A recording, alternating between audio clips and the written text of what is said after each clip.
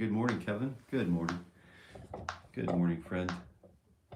What's going on today? Guitar stuff going on today. A little guitar here, a little guitar there. The microphone's out of commission today. So we're doing this the old school way, just the old cell phone microphone. So hopefully it's good enough. It's what we call close enough this morning. We had some different plans this morning, but as you know, Kevin, life grabs you by the bullhorns once in a while and drives and steers. So I want to have the time for sure. Good morning.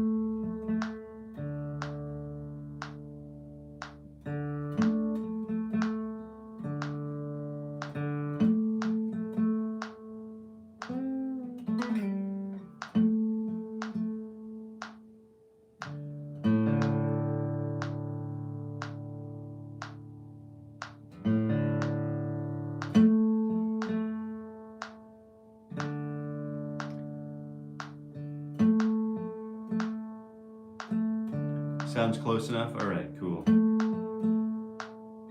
Thank you. Were you able to enjoy your weekend at all?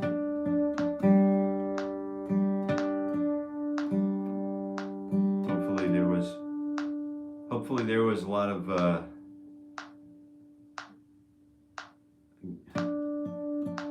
hopefully there was a lot of good news over the weekend, that kind of thing, for everybody involved. And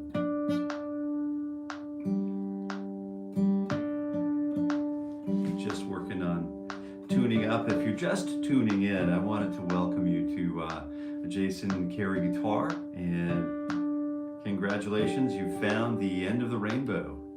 And where we're just tuning up and we're getting ready to take off on our morning ritual for guitar growth. So if you're here and you don't yet have a guitar in hand, this particular stream is designed to give us a moment together with the guitar in the morning.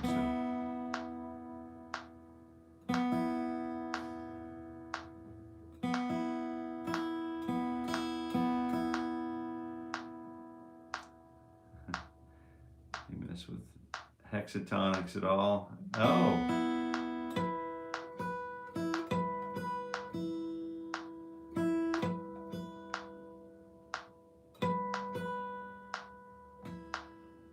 Mr. McWenna is in the house this morning. What a pleasant surprise. What a pleasant surprise.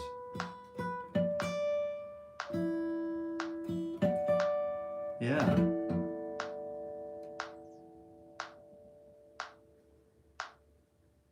Hexatonics.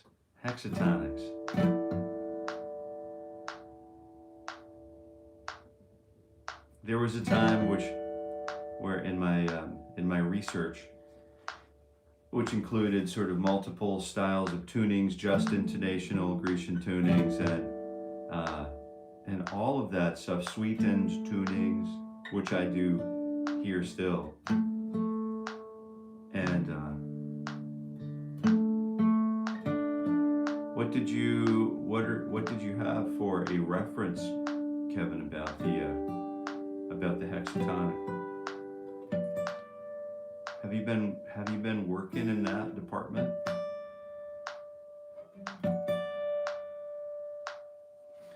All right, let me see if we can get this chat up and running, and let me catch up with you here this way.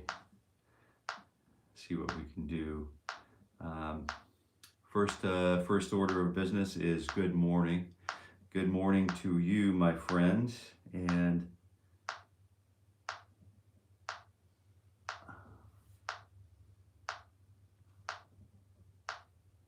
oh, you're you know, that's funny. You're what are you interested in reading? I'm currently working through a book called 3 Chords and the Truth, and it's just a wild. It's about that it basically walks us through the inner sanctum, the sanctum sanctorum of the behind the scenes of major country artists, producers, and players, and through Tennessee, through the fanfare, the great country music festival that happened once a year, and gaining some insights into Garth Brooks that I didn't fully understand or appreciate.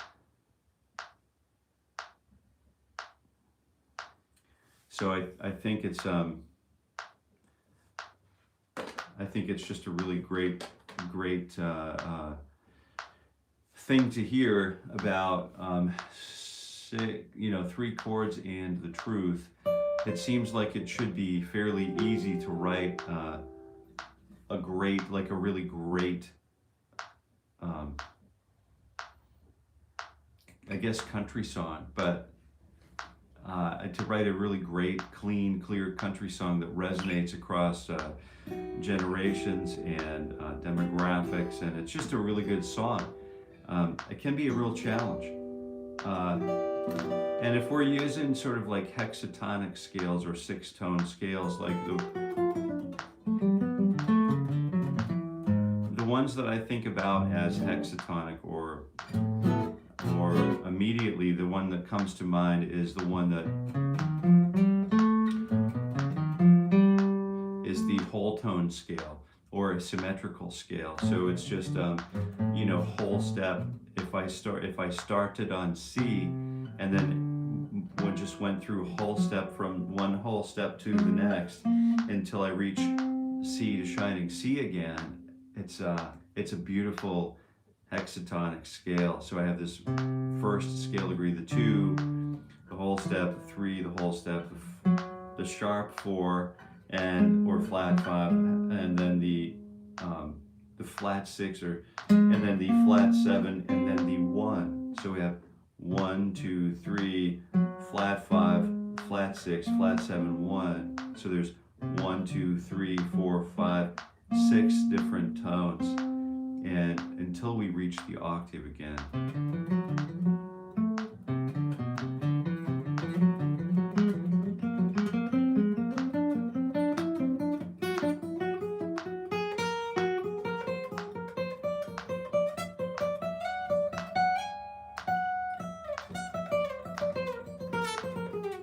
So I do work through those a little bit, you know, and especially as we sort of run through certain chord sequences in,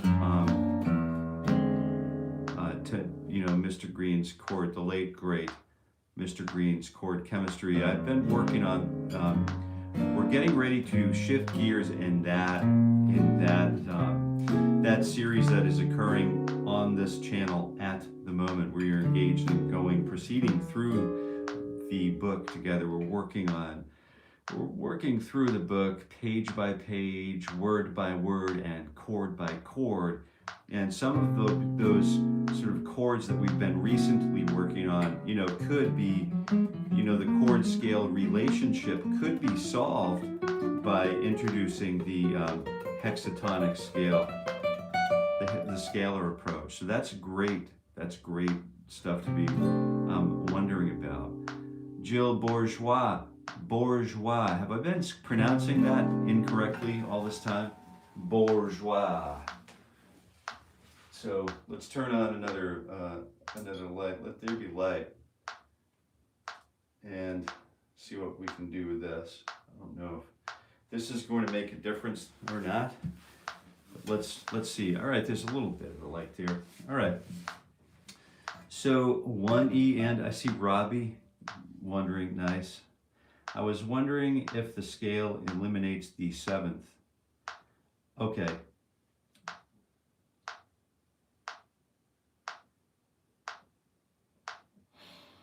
Yeah, it can eliminate the 7th. We can talk about some other hexatonics approaches as well. Let's take a look at some other situations where we actually use more than that. So we have 8 tone scales, octatonic. So we have 1, one, you know, in the inverted diminished sequence, we have 1, 2, 3, 4, 5, 6, 7, 8 different tones before we reach the octave.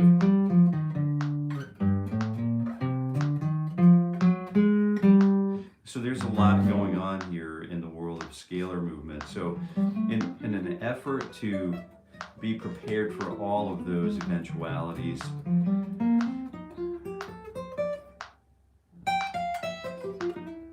let's go ahead and take a look at what happens when we run through fingers 3 and 4 on frets 10 and 12, and we're using a little bit of a finger stretch here, aren't we? And we'll start right away. I've got the metronome is cranking. It's cranked up all the way up to 60 beats per minute, and it is a little bit fast. It can be perceived as a little bit fast for some of us who are, you know, maybe newer to the guitar or newer to this live chat or the live stream. But there is hope, because all we're doing is really focusing on, we could focus on one attack per beat and play only downstrokes, or we could focus on one attack per beat and play only upstrokes. Eventually, we're going to need to get very good at both the downstroke and the upstroke.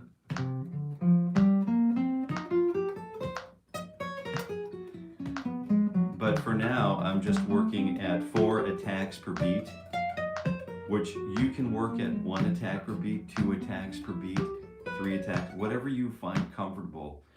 But I'm going to work, just for the sake of continuity, I'm going to work at 4 attacks per beat at 60 beats per minute. And we're starting with fingers 2 and 3 on frets 10 and 12, 2E and a D, E, go.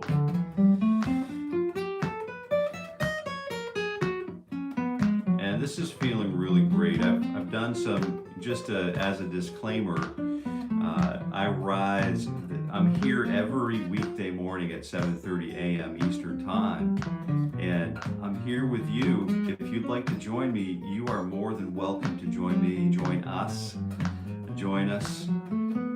working through the morning ritual for guitar growth. This is quite literally my morning ritual, my morning warm-up. It's something that I do every day, every weekday morning with you on the internet here on YouTube, only on YouTube.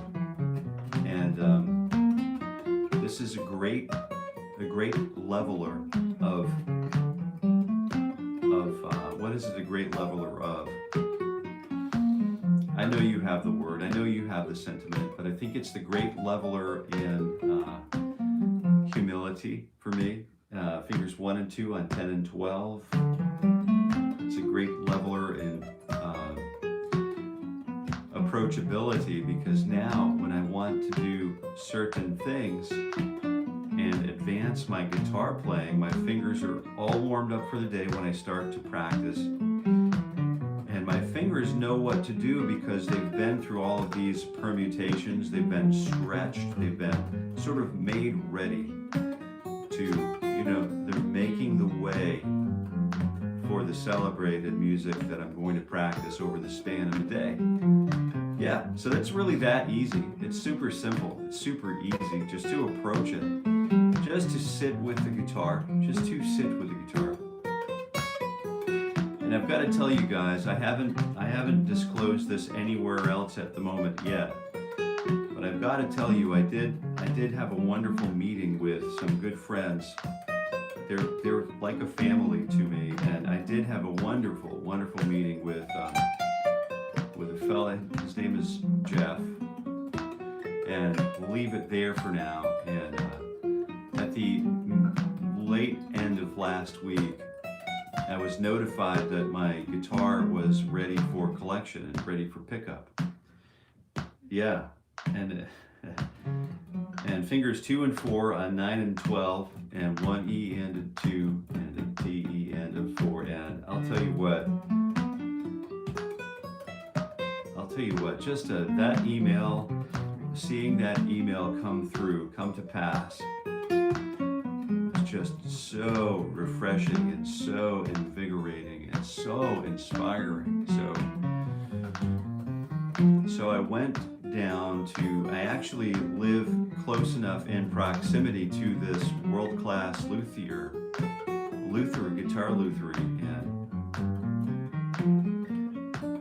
they're knocking out gems, you know, they're knocking out gems like really, really super high-end gems that only a luthier who's been practicing for, it's his 50th year this year, the master luthier of the one who bears the banner of the one whose surname is flown on the banner of the brand of the guitar line lineage is, it's actually the same name as we have another guitar luthier in this live chat. We have another guitar luthier in this live chat whose name, she shares the last name of the guitar luthier I went to, the luthiery I went to visit last week. And I've always pronounced it bourgeois because I've had students who spell it the same way and whose last names have also been spelled B-O-U-R-G, right, bourgeois, but bourgeois is what I've come to learn. And oh yeah, Robbie, yeah, I mean, I'll tell you what, I was just so, like, I think I had been to visit before, but I had forgotten, like, what it meant to be like I wanted to relate it to one thing, you know, when you do something long enough, I'm sorry, we're on fingers 1 and 4, fret 7 and 12. When you do something long enough, you get really good at it, you know, so long as you're sort of paying attention and growing along the way.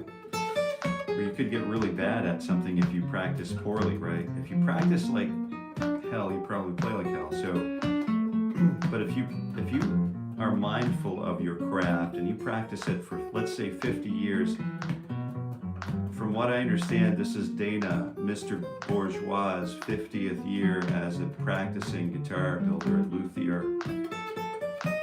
And I just, what I would like to ask him about, really sit down, and when you observe something for 50 years, you gain insights into this, like, that span, that transcend multiple disciplines.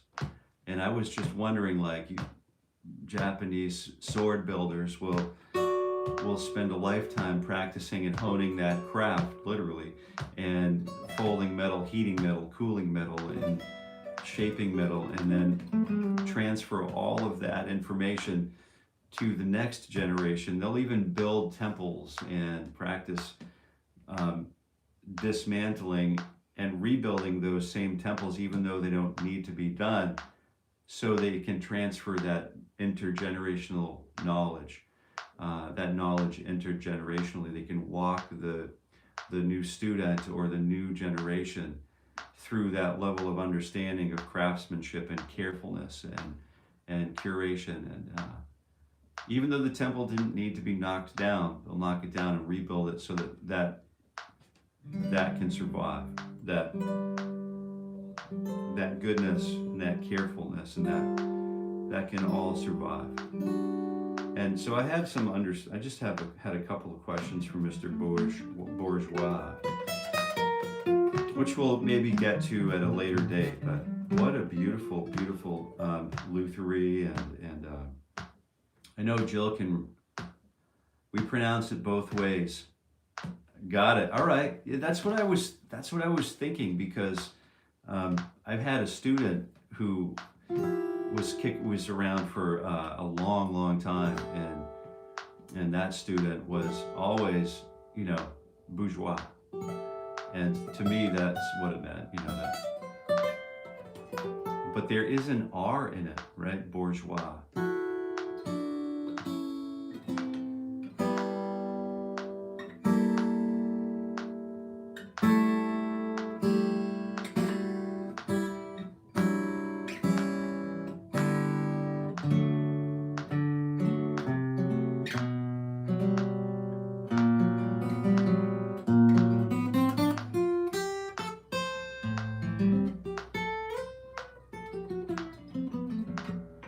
So let's go ahead and figure out 2, 3, and 4 on 10, 11, and 12, and we'll stop sort of procrastinating and get along with this morning ritual. This morning ritual of guitar, you know, just building up some guitar technique for cutting the lumber, cutting the rough lumber. You know what I mean? That's a valuable insight, Jill. So I walk through the door. It's such a great story. And I walk through the door, and there's Jeff with a guitar in his hand. He was raising it up, and you know, Jeff played himself like, I'm not the voice of the business, right? I'm not the voice of the representation of the business, but he is the first person I met at the door, and he had a guitar in hand, and he was welcome to Bourgeois, and just very, very skilled person, you know. And as we toured around the facility, I discovered that every one of them was a skilled master craftsman. You know, there were a few there were cutting and shaping and honing and scratching and scraping and finishing. Each one in their own right was a, you know, sort of a master craftsman. I just thought about it as a sort of a rare place to be, and wanted to take some time to express that gratitude this morning. It's not like they're coming off the production line, you know. It's a whole different ballgame. So a guitar you might wait a year and a half for the guitar to be finished and ready. There might be some change orders along the way, you know, there might be some, but we're literally talking about working from, you know, just rough sawn materials to materials that go through a process and make it this far, and they might go back to be remade, or they might go, you know, proceed to the next step. Just a remarkable process, you know.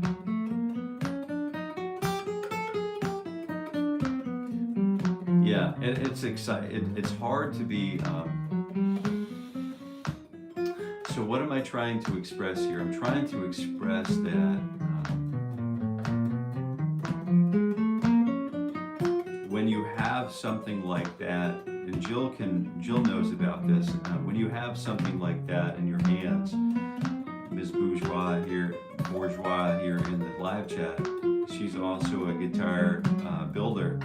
When you have something that you built, it performs differently than something that you just sort of like purchase off the wall. You know what I mean? You just not that there's anyone is better than one or the other, but there are just so many different approaches to you know, guitar selection. You know, do you want a guitar that's well, we'll get into that a little bit later. Let's go ahead and stick with fingers 1 and 2 and 4, and we'll continue our 3-finger program. My father showed to put some bars of screws secure from out.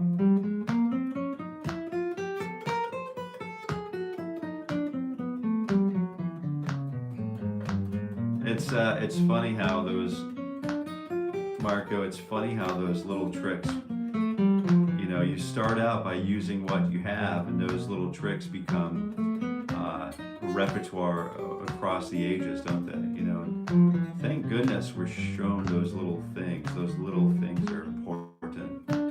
Those details matter. details. If we're not good in the details, if we can't be trusted with the details, how can we be trusted with the bigger matters, you know? That's really, that was in the gospel this weekend at church, and the little matters versus the big matters. Anyway, let's go ahead and start with fingers 1 and 3 and 4. John, good morning, John. How are you this morning?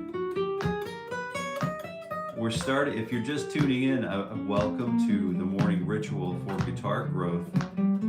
This is a place where we work through finger permutations. We usually start with a good amount of breath work, fair amount of breath work. Sometimes it's a little lighter than other times. We work on tuning, and then we get right down into it. Usually by about 6 minutes in, we're all tuned up and ready to kind of hit it. I'm here every weekday morning at 7:30 a.m. Just so you know. Just so you know.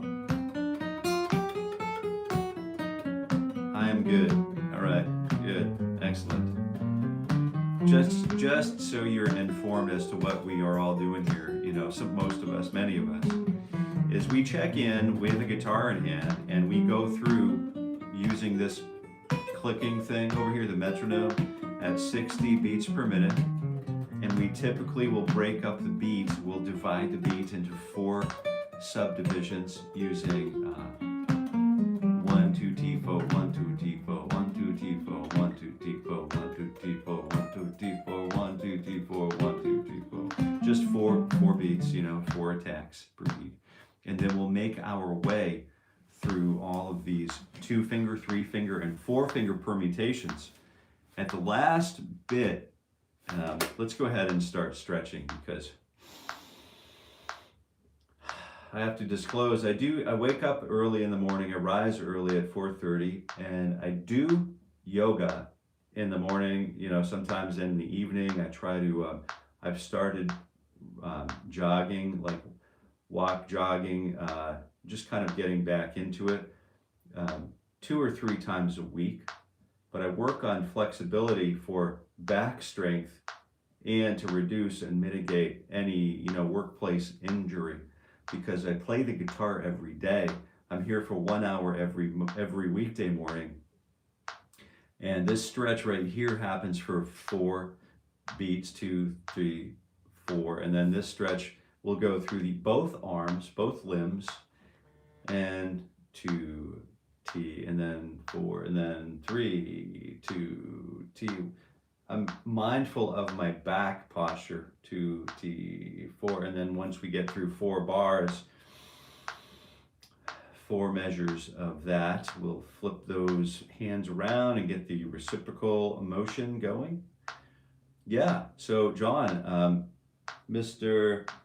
Chris Manick, we all wanted to welcome you, and hopefully this is a good fit for you. This is free for the entire year of 2025.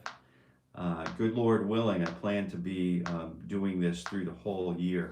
So very cool stuff. It's not, you know, a real fast moving program, but it can get deep pretty quickly. So we try to be mindful of that for those of us who are following along.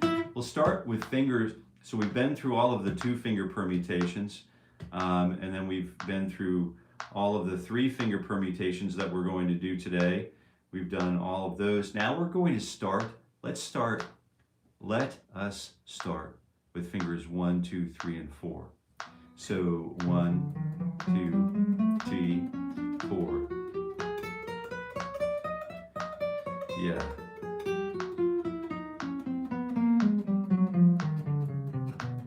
So I couldn't help myself. I visited a guitar luthier this is his 50th year in practice building guitars by hand. And so I think he's sort of recognized as sort of one of the world's greatest luthiers, you know, greatest hand builders.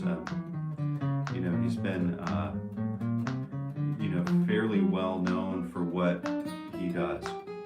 So I'm down there collecting the guitar that I'm going to share with you here here at 𝗏𝗏𝗃𝗏, and I haven't gotten it out really yet because I don't want to get it too dusty or fingerprinty, because I do want to walk it through some still images and some, you know, film work first. So we have that scheduled to happen soon. We're sort of prioritizing that, but it's just a beautiful, beautifully made instrument, and it sounds just a huge sound. The setup is amazing, and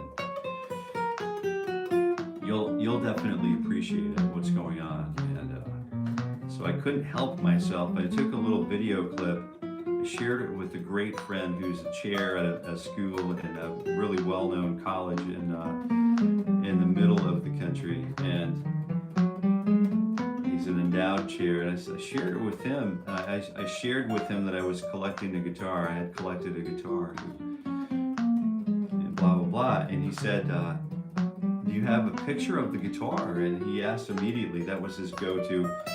I shared with him a little video clip of the guitar, sort of opening the case and walking over the guitar, panning over the guitar. And he says, "Where do I get one?" Like, he hasn't even played it yet. He just loved it.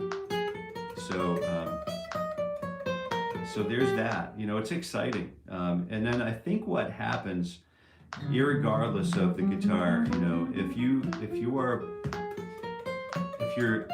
let's see, we're doing the finger 4 stretch here.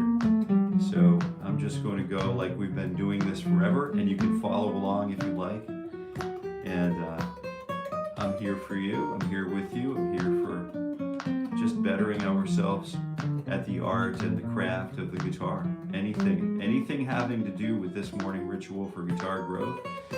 The live chat is here if you have questions, if you're a new guitar player, if you would like to learn about certain things, you want to see certain things happen regularly in the during the warm-up program, that things that we haven't or not covering at the moment, you're more than welcome to provide your voice lay your voice upon the record here with the live chat. So.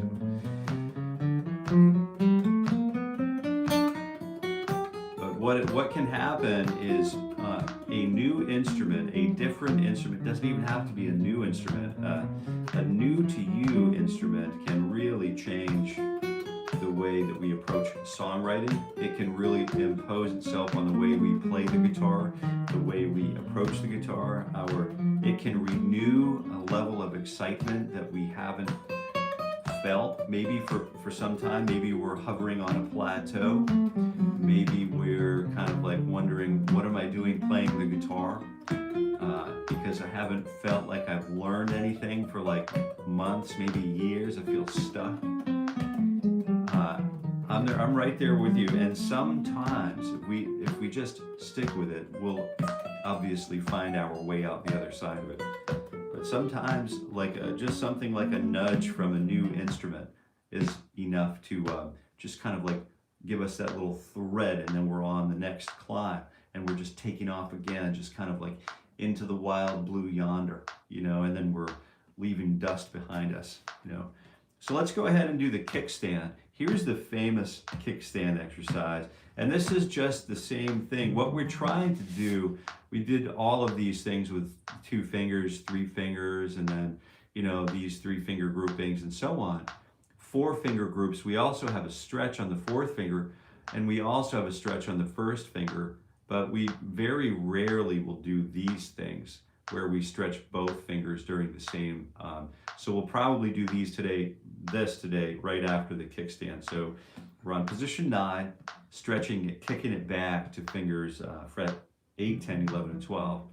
1 E and a 2 E and a T E and a 4 E and a.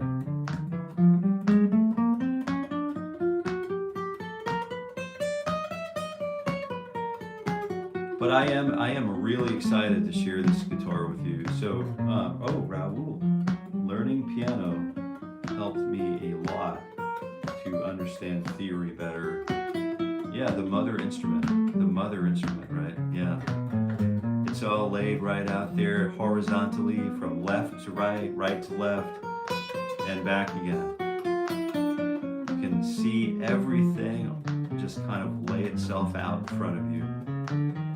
And then the color coding of the black and white, the ebony and ivory, you know, those are great keys to learn everything we need to know about how to frame harmonic content and how to frame melodic content. And then rhythm is a separate thing altogether, but I remember through music university, if you were a percussion instrument, if you were a percussion major, you were required, all students are required to go through a process called piano lab. A piano lab, all students, irregardless of your primary instrument, even if you are a harmonic player, you are required to learn piano. And you know, you're like, okay, I'll learn some piano. I remember developing high enough levels of proficiency where I was playing, you know, jazz standards and juries on stages, kind of like doing the, you know, melodies and harmonies and parallel movements, and all those arrangements were there. And I remember that really well because I remember feeling really great about knowing the piano. And I still know the piano, but I've lost a lot of it because it's a, you know, once again, it's a perishable skill for me and many. So what we're doing here in the morning ritual for Guitar Grove is we are working on maintaining those perishable skills together, right? Alone, but together, you know.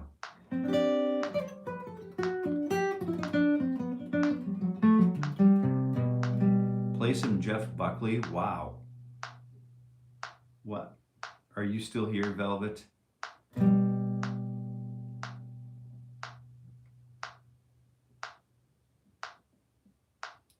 I'm not sure. If you're not still here, I won't. But if you're still here, maybe we can play some Jeff Buckley.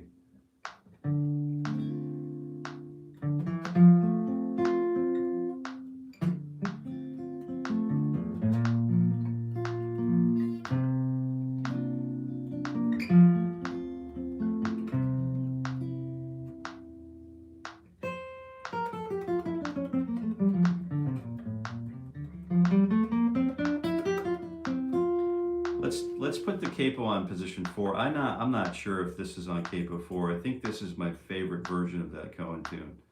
I think this is my favorite version of this, you know.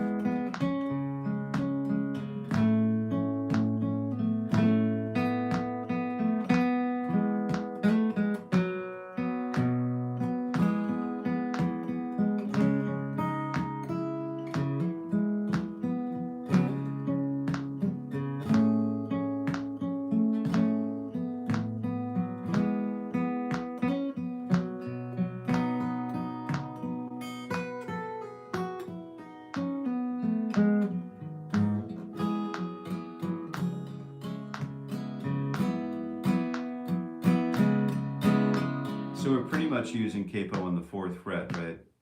And then playing the C chord, and then the A minor 7 chord, right? And then back to the C chord, and then back to A minor, and then yeah, I mean, what a song! Like, how masterfully was that done? I mean, you've all seen that video, right? I mean, if you haven't yet seen Jeff Buckley's Hallelujah,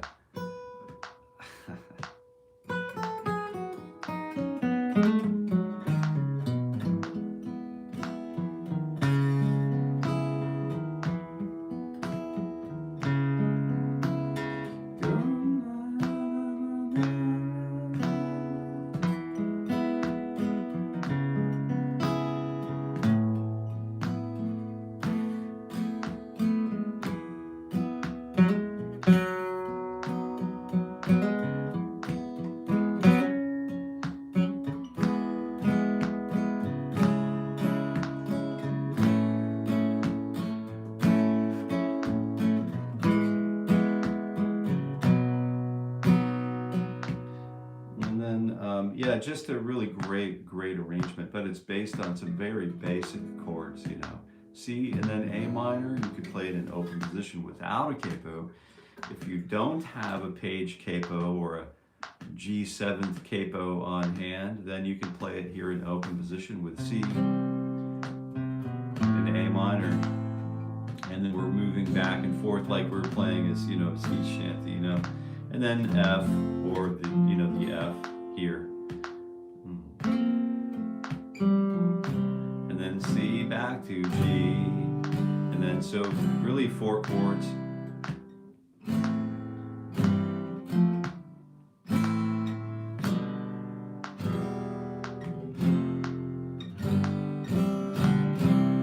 It's just a really great little tune, and thank you for mentioning it.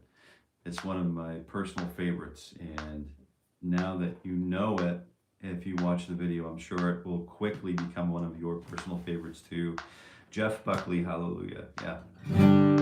Very good stuff. And then so let's go ahead and just keep moving along. We're getting right to the last 10 or 15 minutes. I think the last 10 minutes I'm going to spend doing some, you'd be surprised the timing change ups in some songs, not even noticeable until you play them. Yeah, right, and then measure them against, you know, up against the metronome.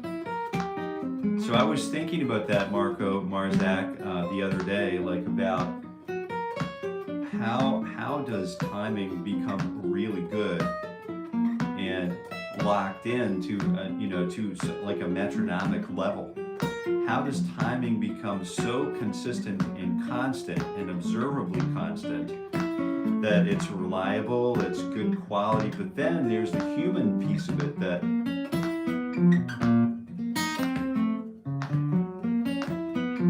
kind of pulls against it and stretches against it.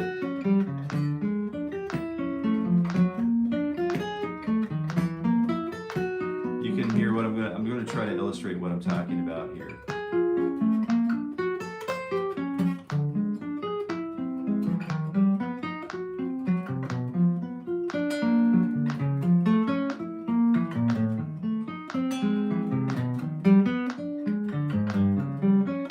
It's like, you know, observing lessons in physics and velocity, you know.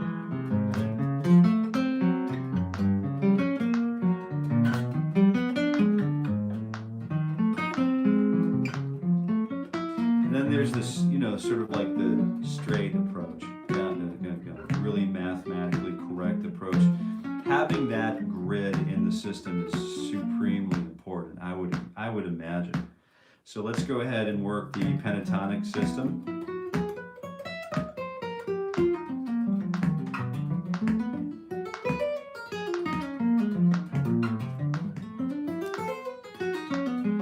Using one attack per string. If you'd like to come back and you watch this on demand and watch it slower time and just see what I'm doing with my picking hand, that's kind of cool. Because everything that we do is sort of calculated, and it's actually available. This video will be available, and you can go back at like 44 minutes and watch that piece if you wanted to reclaim that technique. And think the position 2, pattern 2, shape 2.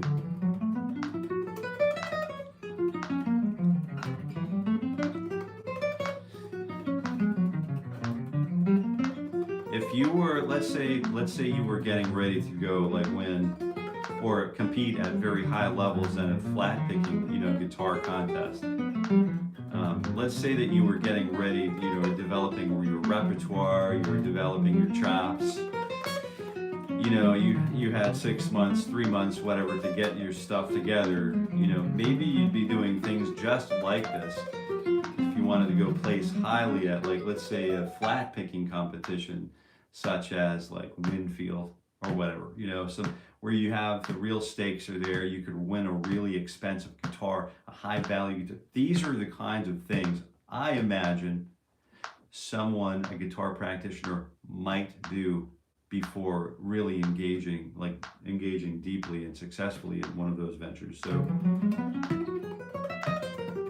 So let's go ahead and take a look at pattern 3.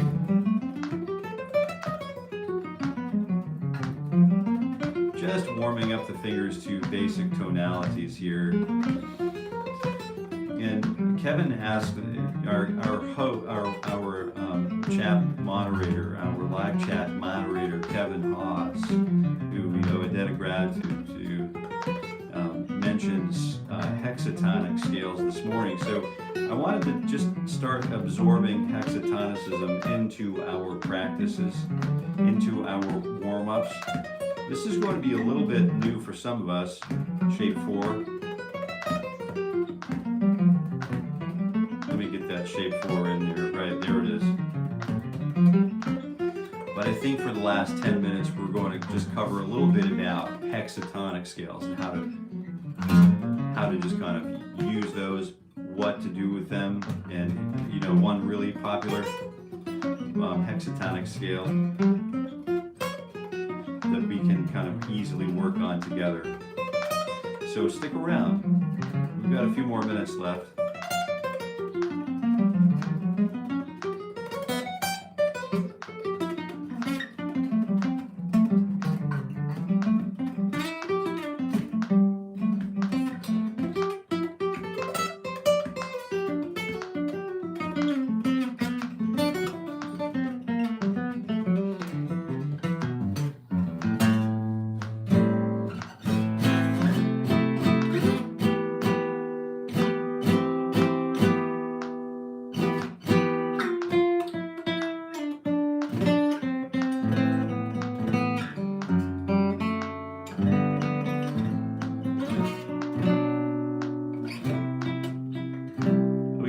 Talk a little bit about the difference between, how the Carl Jungian influence is present in our everyday lives. The good and then the bad. The dark sort of minor tonalities that live within us all. We can talk about those. B major to G chord progressions that actually kind of keep us on our toes, and bring us from, that might be a different conversation. I think hexatonic scales is a great, let's save that for another day. I think hexatonic scales are a good place to be today. Let's start with hexatonic, we have one more minor pentatonic shape to do, and then we'll kind of come back to hexatonicism. Shape number 5. And if you want to visit 𝗏𝗂𝗂𝗏.com, you can grab that PDF. All of the PDF, it's a binder loaded with this pentatonic stuff that we're talking about right now. If you don't have it yet, you can go ahead and grab it. I'm going to share the link with you in just a second, and it's free. It's something that we all need this kind of stuff. But it's not just another piece of it. Although it's free, it's kind of like a $10 value. It's probably $15 value, but for the kind of content that it bears. But it's there for you for free because I believe you need it. I believe you really need it. And so what I do is I give you that stuff kind of for no charge, just as a thank you for joining us here at 𝗏𝗂𝗃 It's that simple. It's literally that simple. So I'm going to go back and just grab that link for you, and I'm just going to paste it here in the live chat, and you can go ahead and download it if you like. It's free, like I said, and it's there for you. So if you're interested in pentatonicism, you go ahead and grab it and definitely enjoy it. Let me know how it works out for you.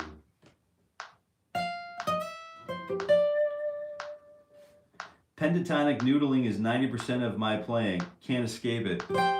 We were talking with Mr. Dan Husband was on here the other day. We were talking a little bit about how to get out of those sort of like grooved, those ruts that we kind of like find ourselves in.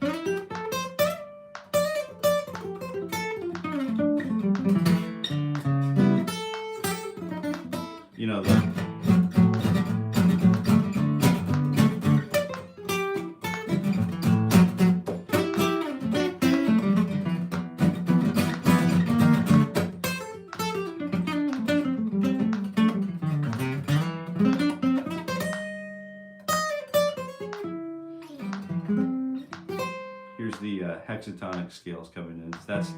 This is the segue for our good friend Kevin here.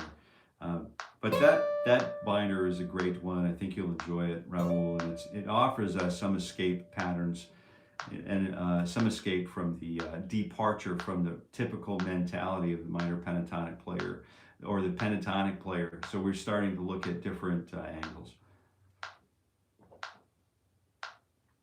I think a player like yourself that has the capacity for abstract thought, I think that a player like yourself, Raul, will definitely enjoy that manual. If you haven't yet downloaded it, grab it. It's free. It's yours, man. It's yours. You're welcome. So we're thinking like C.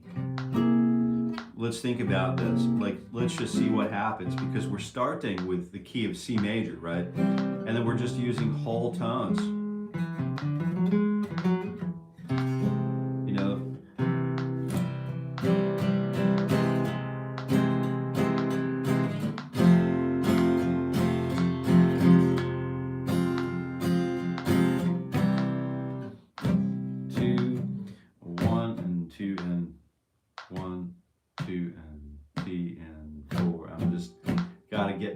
that 60 beats per minute. That's the governor this morning. 4 and 1.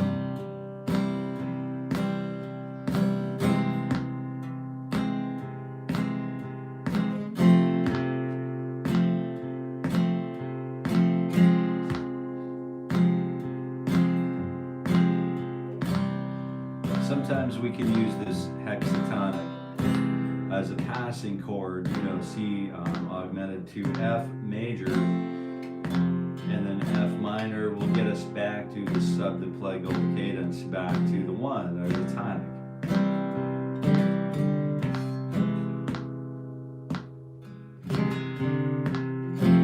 You listen to like Wilco's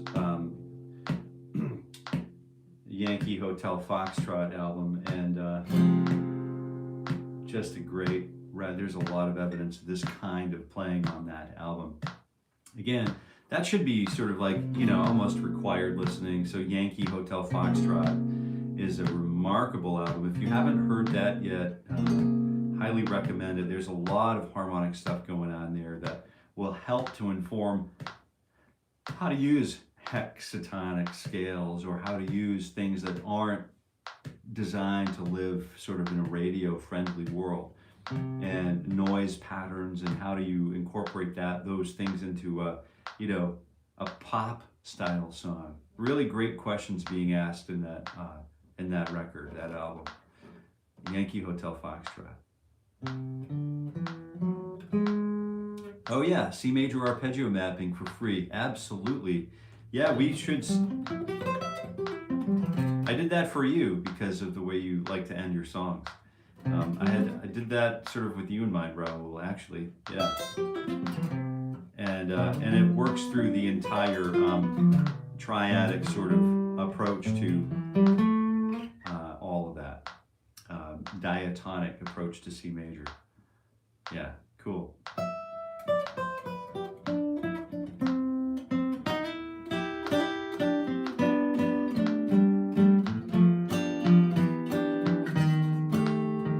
All right, so we're thinking whole tones. All right, whole, whole, whole, whole, whole, whole, whole, until we get back to the place from whence we came. And we could start with the C chord. You know, we have the C. Let's get it a good look at what it is. And it starts with C, E, and then G sharp. Right, so instead of opening the G and playing C up there, this is going to look just like the F chord, but on the next string set down, right? So it's super easy. It's that same shape. We're using C, E, G sharp, and then C. We could use a flat 7 in there too if we wanted to, or a sharp 4, or flat 5. But anything that's a whole step away from any of these tones is fair game. Check this out.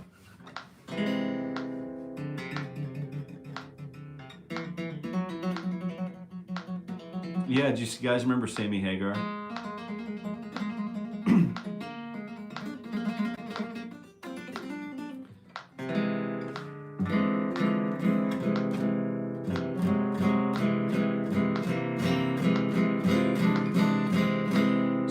𝗏𝗂𝗏 and his daughter, I believe, both commented on something the other day of mine, and I thought, what a great rocker, what a great American rocker he is, and just brilliant in his own right, but just brilliant when he was frontman, you know, the frontman of Van Halen for the album For Unlawful Carnal Knowledge. That was a great album, just wonderful work, you know.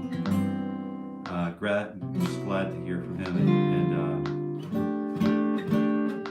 he's doing some cool stuff. So if you're not checking him out, if you haven't checked him out recently, go ahead and do that. You could use that love, you know, just like the rest of us. So here we go, whole step. We can start the hexatonic system just by moving that scale. That scale is a whole. We're sequencing whole tones, Kevin, and then we're going to take that same C chord with a sharp 5 in it, and then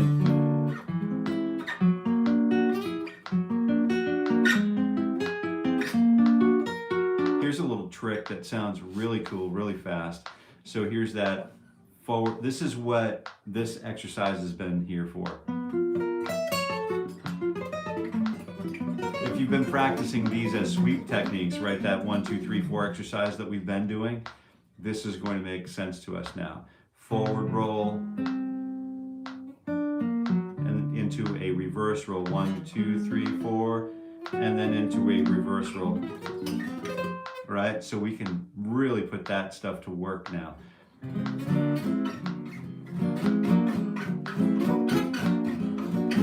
You know, think like nuages, you know, or some sort of that gypsy jazz sort of, those little passages that are sort of like in between tonalities. So that's really what that particular hexatonic is, very specific use case. And here's one more really great variation on that. That C, I'm going to leave you with this. So the last piece of this is the E in the bass, the flat 7, the 9, and then the flat 5 on the top, which I'm going to bar with that. I could play it like this, but I'm just going to, you know, capo that and use fingers 2 and 3 so I can grab another whole step above that flatted 5th.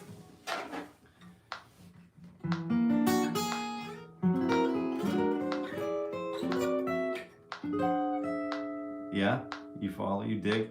All right, I dig.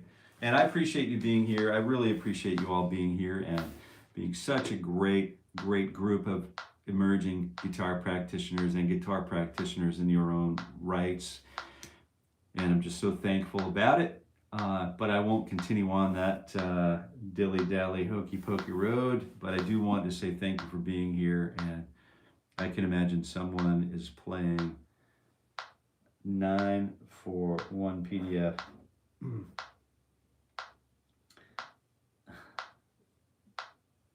I cannot imagine someone is paying $9 for 1 PDF, Jason. That's okay. Use your imagination, Raul. Put your imagination to work. Yeah, I think the value is in the eye of the beholder, and so I think it matters what the messaging is, and what you're going to do with it is the important piece. So I think if you read through those, and I think if you look through those, I think you'll find that they're worth far more than what the face value is, right? Right? You can't put really a financial value on those things. But I appreciate you sharing that sentiment, Raul. There is a limit for free knowledge. Yeah, usually the free stuff doesn't hold value. Do you know what I mean? It's like a throwaway thing.